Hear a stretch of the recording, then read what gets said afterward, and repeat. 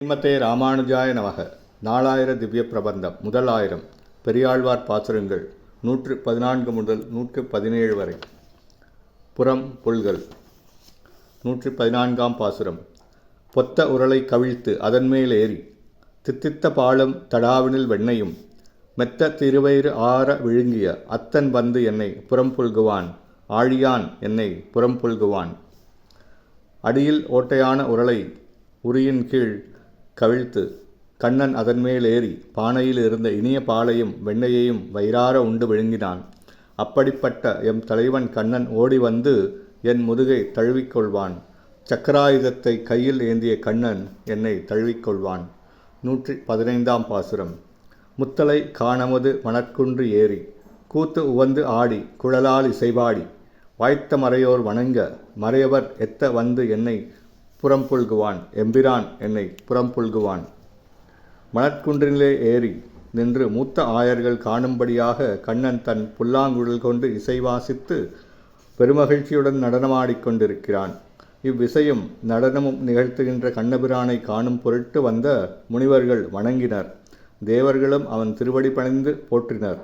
இவ்வாறு கூத்து ஆடிய எம் பெருமான் கண்ணன் வந்து என் முதுகை தழுவிக்கொள்வான். 116ஆம் பாசுரம்.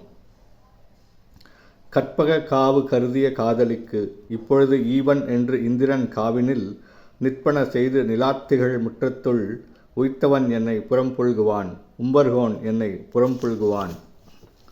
கண்ணனின் அன்பு மனைவியான சத்யபாமை தேவலோகத்தில் இந்திரனின் சோலையில் இருந்த கற்பக மரம் வேண்டும் என்று அதை கொண்டு போய் இப்பொழுதே வீட்டில் நட வேண்டும் என்று ஆசைப்படவே கண்ணனும் அப்பொழுதே கொண்டு வந்து அவள் அகத்து நிலா முற்றத்திலே நட்டான்.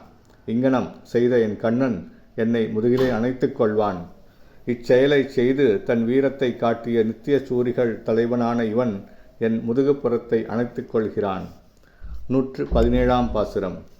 ஆய்ச்சி அன்று ஆழிப்பிரான் புறம் புல்கிய வேய்த்தடன் தோழி சொல்விட்டு சித்தன் மகிழ்ந்து ஈத்த தமிழ் இவை ஈரைந்தும் வல்லவர் வாய்த்த நன்மக்களை பெற்று மகிழ்வரே.